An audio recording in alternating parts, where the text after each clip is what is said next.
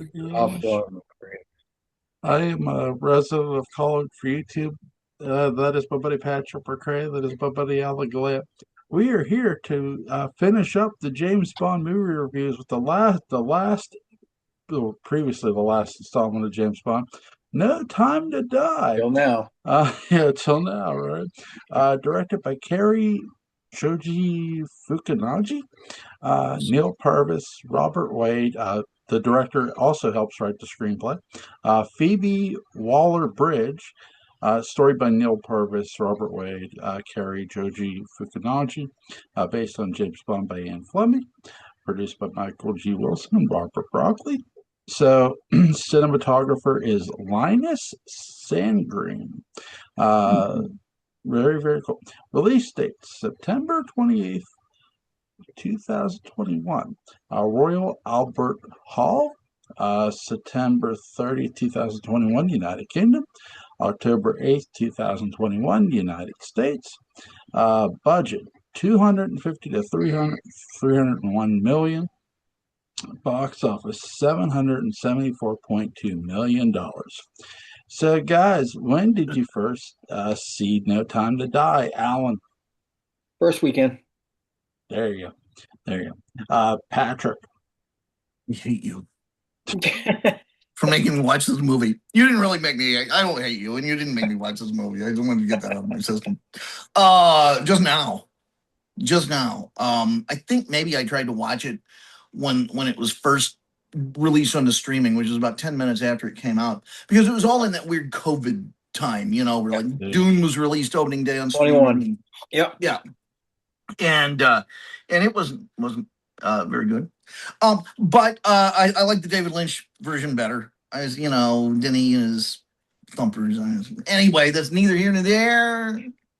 The sleeper must awaken, as they said to the narcoleptic. So, yeah, I just saw it. yeah. I just saw it, and okay. So I'm not one of these nutty red pill guys, and I like Fleabag. Okay, what voodoo ceremony does Phoebe Waller-Bridge perform to get involved in this and Indiana Jones? Basically, ending the franchises, sort of. You could tell that she wanted to leave Indiana Jones back in time, and that almost happened. I just have that feeling.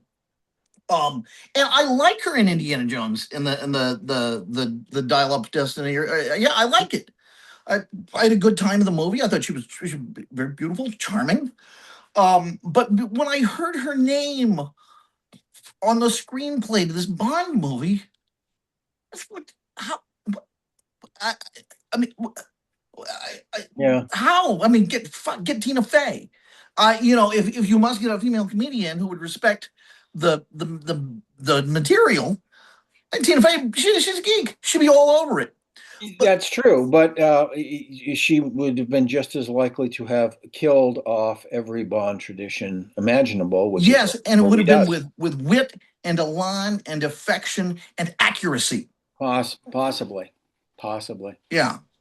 Yeah, then that's fine. Kill your darlings. Yeah, the past three movies have been an experiment in the hilarious young. Not hilarious. I take that back because that would be taken out of context. Someone gets upset. I won't mean it. But I'm going to say it with a dark irony. The not hilarious, but now worthy of explication, Jan Kott quote: "To preserve a classic, one must rape it." And well, in I thought Kott's that was a time, Weinstein quote. oh no, God, okay. But you know what I mean Yes. with that. For viewers who don't, the basic idea was he was a Shakespearean director, wrote a book called Shakespeare Our Contemporary, and his idea was is that sometimes you to get to the root of what the author was also getting at, you have to break and strip away all of anything that has become institutionalized or turgid that may through just the ritual of performing this thing over and over again Right.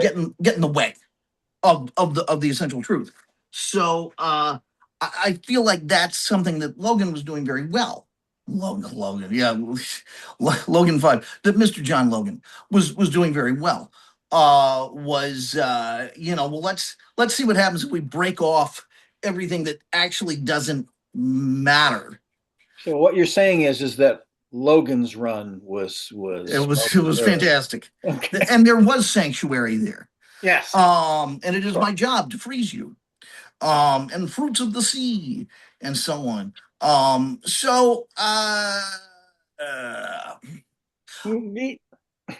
what is Phoebe Waller-Bridge doing in the middle of this? I It's like have a no non idea. sequitur. I know. She could have been in it rather than writing for it. Yeah. I think might have been a better choice actually, Or because both. she is accessible as an actress. So that might have worked better. Yeah, I mean, I don't have a problem with her as a personality, as a No, writer. I mean, and I'm not even objecting to her being a writer on this. I'm not saying like everything that I don't like about this movie, was you because of can go, her. No, yeah, you can like right, click an right, right. index and see that. Yeah, No, yeah. no, that's not what I'm saying. I'm just saying, how'd that happen? I was How like did seeing that happen? it'd Right. be like seeing Doc Severinsen, among the screenwriters. It's like what Doc Severinsen. You know how I think it happened? I think she scored a lot of the love element of it because they needed a woman's point of view. And they needed a woman's Oh, point of view to explode the idea of a misogynistic Bond. I don't know. I don't know either, but I'm sure they might have thought that, yeah. but I've never accepted personally. I've never accepted the argument that the only way to accurately portray a point of view is to be absolutely of that group.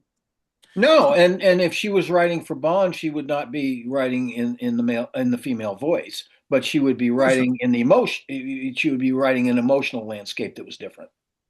Maybe, maybe, maybe. Well, the emotional landscape of this movie is very different. It is different. It is different. Again, it's so different. We talked about this. Is this still a James Bond movie? One of the And reasons why I was able to enjoy parts of it is because I divorced myself from that. sure, well, the past two films have kind of softened us up for that.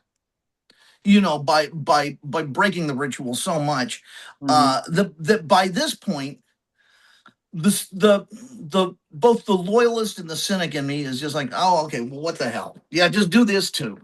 Yep. And it's like, why not? Yeah. We've done everything else. Why not?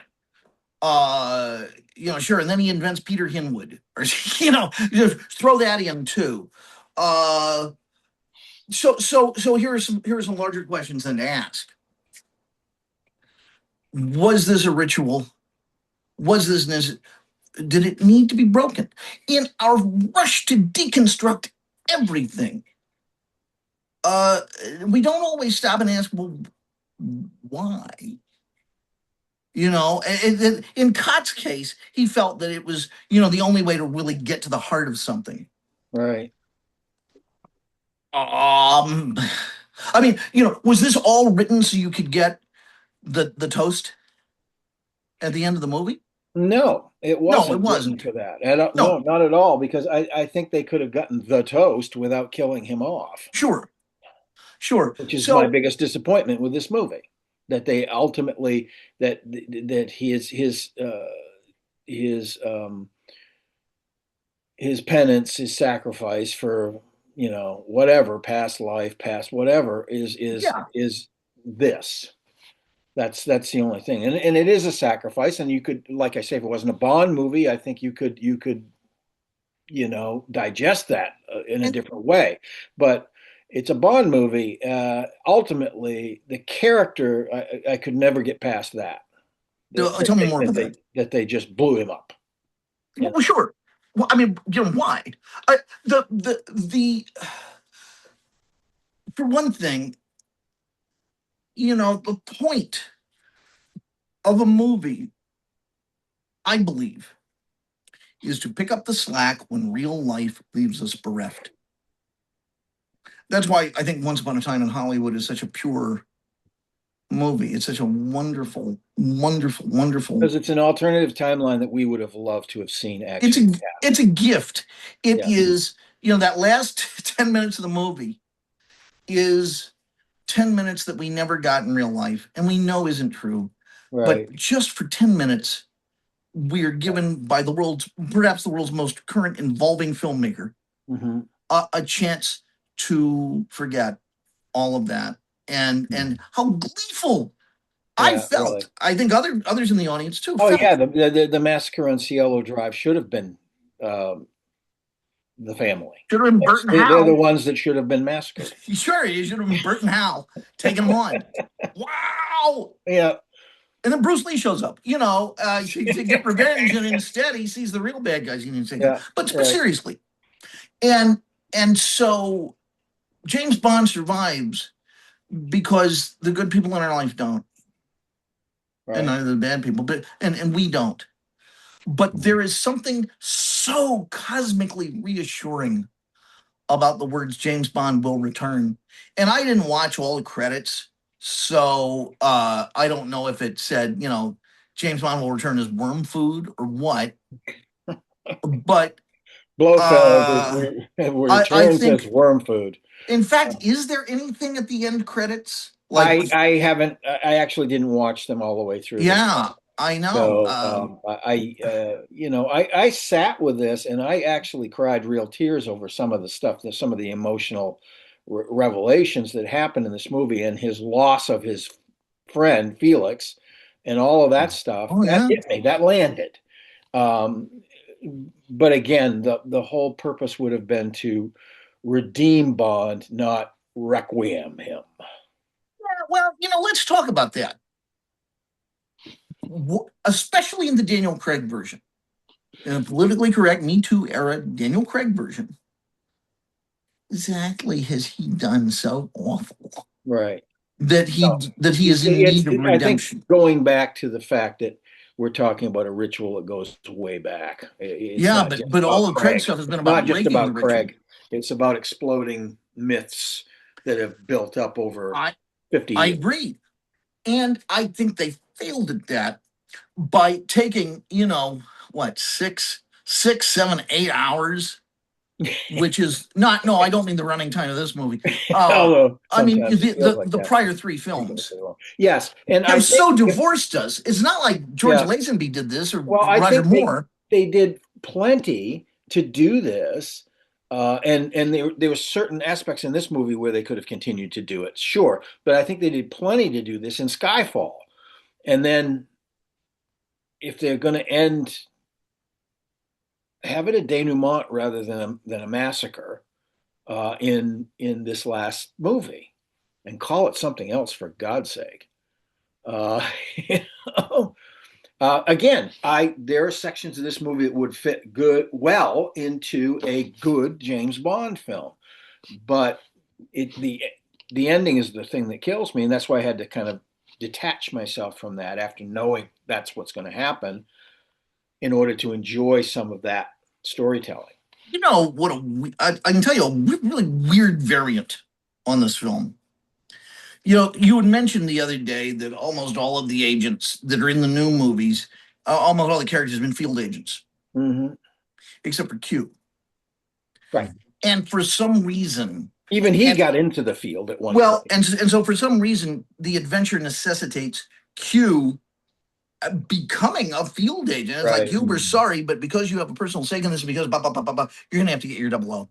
Right. And Bond's the guy who's going to have to train you. And that it is a story about, God forbid a man give another man emotional maturity. Right. God forbid a man who has learned to be better than he was, pass that on. And that could be passed on either way. Right. From Q to Bond or from Bond to Q without it being something crazy. But it would have been a really interesting acknowledgement if that that because I love the guy who plays Q, and I love the Q character, and he's a little on the spectrum, and there's all sorts of really interesting things about him. Yep. And he's also gay, which we find out in this movie. Yeah, and that without losing any of his heroism, because he shows amazing guts through these last two movies. I mean, he's going out in the field. He's Jesus Christ. Yeah. This guy's brave. Yeah. And that heroes are new, warfare is new, espionage is new. Just as Smiley would not have recognized James Bond. Sure. Now you need a guy who's good with a keyboard. Exactly. Yeah. And that the movie ends with Mallory dying, with Bond being made the next M, and with Bond saying, my title is now M, is no longer 007, which means that 007 needs an owner, and that Q becomes the next 007. Yeah. Holy shit. Yeah. What a radical. You want to deconstruct things in a positive way. Well, hell, that's it. Yeah. Having it a legacy rather than a termination. Yes. Yeah. Yes. And that we can learn from past generations. They can learn from us, and that we're in a constant state of evolution. Yeah. And the great thing is it ends with Q. It'd be too cute, too on the nose, but why not? That it ends with Q coming out with a cell phone, with a smartphone, in profile, turning at the camera, and pop. And when he does that, we hear the gunshot and we see the blood go down. Yeah. If it had been shot the right way, I think it actually would have been very effective. Or even just a small remote. Shot the wrong way, it becomes Woody Allen-esque. It becomes Woody Allen. Yeah. But it would have to be built up in an appropriate way, and it requires some nimble screenwriting. But sure. But it could be done. Yeah. My other question that I have, though, Your Honor, is my client was wounded by the running time of this film. I'm sorry, but you entered into this agreement of your own free will. Throwing this case out. He entered into the agreement based on the precedent of 20-something prior films. Oh, yeah. Here's a bill for addressing his uremic poisoning. Poison. Okay, so why are movies? And I'm sure this has been addressed a million times. I don't know. We really addressed it, and Joel, for God's sake, chime in. I know I'm like vaccinated by a phonograph needle, but why are movies so long now and so not good at being long? It's the blockbuster aesthetic. The blockbusters can be like 2.5 hours long because they're a blur of speed. And every moment is full, and we expect them to be like that. Well, if there's one thing, like the Marvel movies tend to be long. If there's one thing this movie is not, it's a blur of speed. No, and it's not a Marvel movie. Yeah. So Marvel is the one that does that really well and can get away with it, and throw in 57 Easter eggs for the comic book geeks like ourselves, and that works. Now they can't even make a short movie. I tried watching Brave New World. I tried watching Thunderbolts. Yeah, I haven't seen Thunderbolts, so. And I wanted to, and I wanted to like them. Yeah. I liked the first, 8 or 9 hours of Eternals. I liked the first week or two of Wakanda Forever. Eternals and Wakanda Forever, if you think about them, really live up to their names. Really? Forever and eternal. Yeah. This movie lasts forever. Jesus God. Yeah.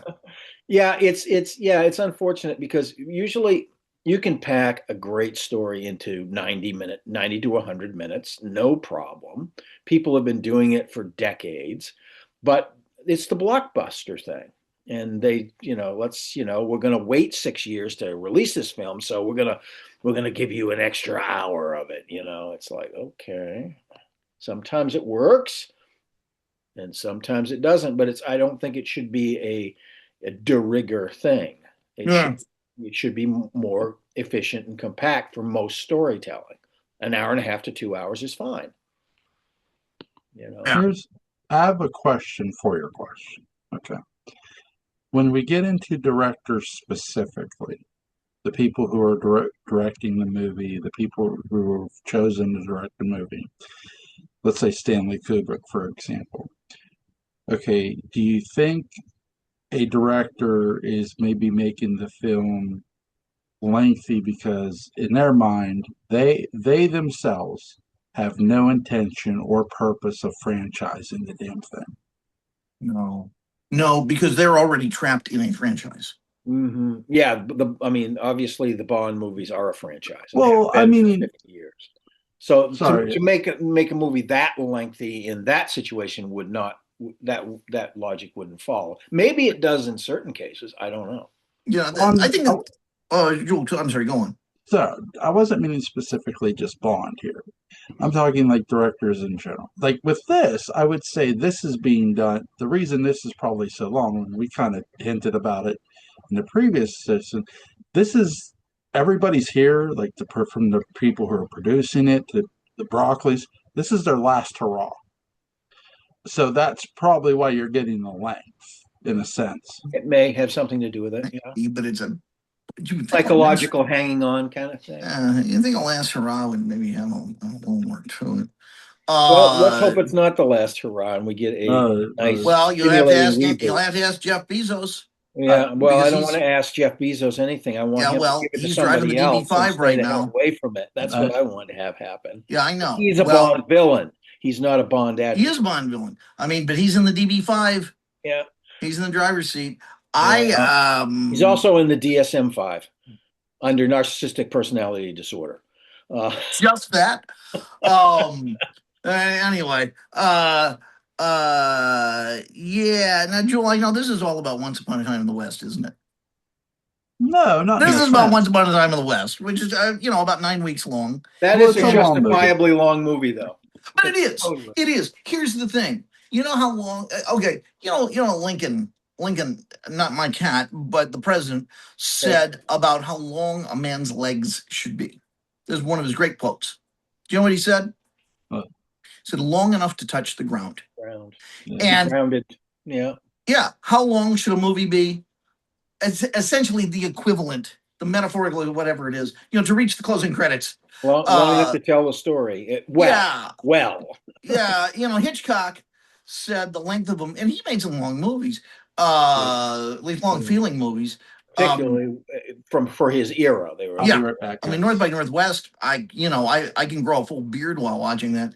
But the thing that Hitchcock said, I think, was that the length of a movie should be about the endurance level of the human bladder. And he's right. Very practical. Very practical. Very, very, very practical.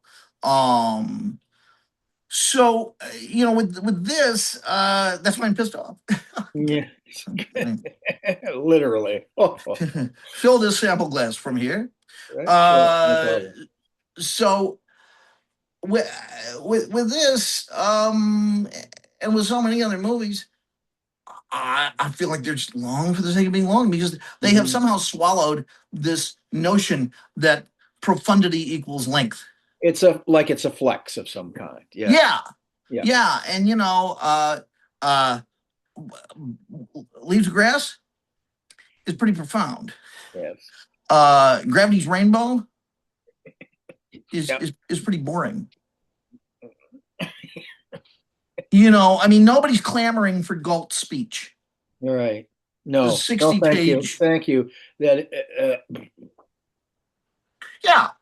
Even every objectivist I knew, whenever we would sit around and talk about, who'd we make the show? The way we talk about Dark Shadows movie, right, and we talk about adapting it for a film, everybody said the same thing. How do you do Galt's speech? And everybody had at least one statement in common. Well, you can't do the whole thing. Right. So, God bless her for writing an unfilmable movie, as the people who made the movie proved. Yes, they did. What an unwatchable trio of films. It's a turgid turd, is what it is. Yeah, it really was. The last one kind of has a few okay moments because they finally broke down and developed the tiniest glint of a sense of humor. Just a little bit. Just a little bit. I'll tell you, the biggest sense of humor is the people that in the 60s that put Fountainhead on the curriculum for teenagers to read in high school. Oh, sure. I mean, they wrote their own ticket on that one. Yeah, they did. So Waller-Bridge was hired to revise dialogue, work on character development, and add humor to the script. The character of Paloma was made more significant from originally being a simple contact. Purvis and Wade indicated this was probably written by Waller-Bridge and at Fukunagi's request. Okay. So, well, the movie, if one of her purposes was to add humor to the film, I mean, she might as well have hired Louis Rukeyser. I mean, this is not a rib tickler. No, it is absolutely not a rib tickler. I mean, there is some wry sarcasm. I think that's the elevation of humor. And that's fine. That's fine. I just thought it was sort of ironic. Yeah, that's what she was. I would have expected a funnier movie. I will say one thing about this movie that I really appreciated, and I really appreciated Rami Malek's performance. Yeah, he's great. Sure, yes. Well, all the acting is great. I don't have a problem with any of the performances. Yeah. And I'll say this, with the exception of the last moment. Right, the last maybe 15 minutes of the film. Yeah. Or what's going to happen as soon as you realize that he's got the nanobots and he can't touch anybody anymore. Yeah. You realize then that's when you know it's over. When I saw it in the theater, I said, they're going to kill credits. They're going to kill him. Yeah, roll credits. There's no. Anyway, I didn't remember what I was going to say. Up until that moment, we just mentioned. Oh yeah, I know what I was going to say. This is one of those movies where I can watch I imagine I can watch any 10 or 15 minutes of it and be intrigued. Yeah. And want to follow it. Mm-hmm. And so I don't know what to call that syndrome. It's not the evidence of bad writing. Mm-hmm. It's maybe the evidence of bad plotting, and how you sew it together, and what you choose to leave out and put in, and how you pace it, and so on. Maybe too much of a desire to kill everything Bond. Too much of a desire. Yeah, because if you kill everything Bond, then you've killed Bond, and then you have no more Bond. Well, yeah, I mean, no 26. That's like the goose killing the golden eggs by cutting itself open. Which is, how do I make these golden eggs? Well, we'll see. And so I have a mantra, and I have probably failed it miserably, but and that's replace judgment with curiosity. As much as possible, and I think we have done so with this film, actually, considering the fact that we both have real problems with it. Yeah. So I remained very curious as to why they felt some of these things were necessary, especially because it was being composed before COVID. COVID's one of the things that really slowed the release of the movie by a year. Yes. And it probably got tinkered with more in that year too. Well, yeah, just hanging around. Producers started pacing, and people got tired of picking their own noses, so they started making suggestions. Babs, let's go screen the movie again. Okay, Michael. You know what we need in this film? Yeah, that kind of stuff. Yeah. Now, Jewel. Yes. In terms of saying goodbye to 007, there is maybe a movie that would be a more appropriate coda. And it's a movie you mentioned long ago. Yeah. And it could not have been poo-pooed any harder by me than if I had chewed it up and waited several hours. And I feel bad about that. And I would like to see it. Could we watch The Rock? Yeah, we could do that tomorrow. By the way, if you could pick somebody to write and direct the next James Bond, who would it be? Write and direct it? Yeah, I got a name. 2 different people or just one? Oh, I got one, but who do you got? Stephen Chow. There you go. Hey, Alan? Quentin Tarantino. I mean, if you really want to retool the myth. Tommy or Cola? Yeah. Yeah, Hansel and Gretel, and Yep. and Bloody Santa. What is it? Raven Christmas. What was it? Red Christmas. Violent Violent Night. Violent Night, Night. which is an Yeah, excellent Coca-Cola. movie. Yeah. Yeah. Sure. Yeah. Why not? Yeah. Why not? And you know what an interesting trio, and what wonderful. But they all have one thing in common. And that's they clearly love movies. Yeah. Yeah. Yeah. And my favorite scene in this, I do have a favorite scene in this, is the fact that we get what's his name, Felix's death, and it goes on Bond's adventure. A lot of this, there's parts of this I just did not like the whole, because once the nanobots things do happen, I agree with you. It's like it's over. It's over. It's just There's it's no over. cure for it. There's no discussion of that. It's Yeah. as a matter of fact, it's like mentioned several times. There's no cure for this. There's So yeah. Yay! because I need that fact hit over my head like 100 times, right? No cure for this particular form of venereal disease that you have, 007. So Just one. just this well, one. that's Just the one problem. It's a hybrid. Just one. Oh my Chimera. god. Oh my god. The poo-poo platter with the flame in the middle. You've been in scale 1 to 10. What do you guys give this? I give it a 7. Some good plotting, some great acting in it, and an incredibly disappointing ending. Patrick? Well, I mean, if we look at this by a teaching scale, which basically 1 to 10 is, and a 7 is passing. It's just barely passing. It's a lower end C. Yeah. It doesn't, man. I'm going to try not to turn this into something vulgar and ironic. I'm going to try and be sincere about this. If you write a beautiful and impassioned paper about, let's say, Hamlet, okay, and then you end it by saying Shakespeare didn't write this play and we didn't walk on the moon, and I mean it. I'm not joking. Goodbye. Period. I have to flunk the kid. Because what is this doing here? Why would you undermine your reason and your judgment, your common sense? And this basically a paper is all about reason, judgment, and common sense. Right. But by putting this in at the end, you have completely screwed us. I mean, that would be like having shaven a haircut 2 bits at the end of the 1812 overture. Right. Well, are you going to remember that? Work, but no.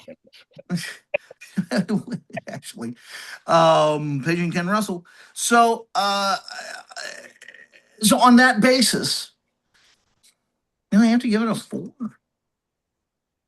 What? Yeah.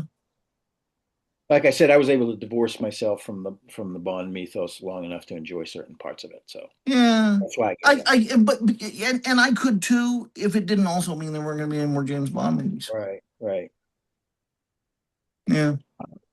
I just think that Bezos needs to hand it over to a creative team and just stay away from it. That's all. You never know. I say that I'll say this: the actors did a good job. Absolutely. I'll give them that. I mean, they did a really good job. To the people who wrote this movie, get help. I'll give this. Yeah, you kind of want to call them and ask if they're all right. Yeah, I'm gonna give them a 4 1/4. I'll go 1 above Patrick because that's. I mean, it's my God. For the love of heaven.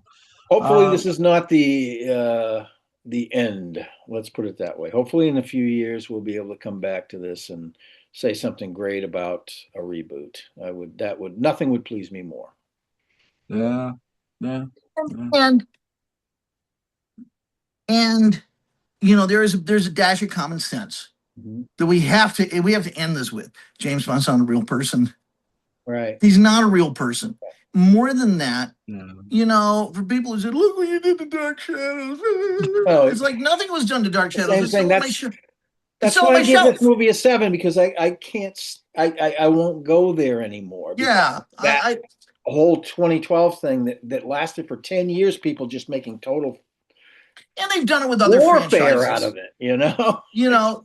They've done it with other franchises. Oh, Sure. what'd you do to James West? Or Star Trek or yes, Star Wars. yes, and it's like I don't know, but what we've done since December, we've basically taken 2 months to do. Yes. Is a refutation of that statement. It is. Yeah. These are absolutely as alive as you want to let them be. Yeah. Put them back in the player and watch them. I mean, my God, how many of these things are there? Like 24? 24. 24 Bond films. 24, 25. Well, you say 26 if you include Casino Royale and the real one, and Never Say Never Again. So there's 26 movies. They are let's round down, say 2 hours each. So what is that? That's 50 hours, say at least. Yeah, 52, 53, 54 hours of James Bond. If you can't get what you need with over 2 days of uninterrupted James Bond viewing, you need a prescription. Seriously. Yes, yeah, really. I love you, but God help you. You need a prescription. Or committed. There's that too. But tomorrow we're going to cover another kind of James Bond movie. The Rock. The Rock. Yeah. Nicolas Cage, Sean Connery. I hope you guys will enjoy it. I hope so too. Seen it. I've seen it a couple times. I think you will enjoy it. Yeah, it's really good. Lee, is there anything you guys want to add before we go? No, Jewel, but thank you for sponsoring this and putting up with it and devoting your time and organizational attention to it. This was generous on your part. This was a nice marathon. This has been fun. It was. I'm going to miss it. That's what these are for. Link to Patrick McCray's Dark Shadows Daybook and Bound is going to be in the description box. Link to Alan Gallant's YouTube channel, Cullen Sport After Dark, is going to be in the description box. You guys have a safe night, and I'll see you tomorrow. Good night.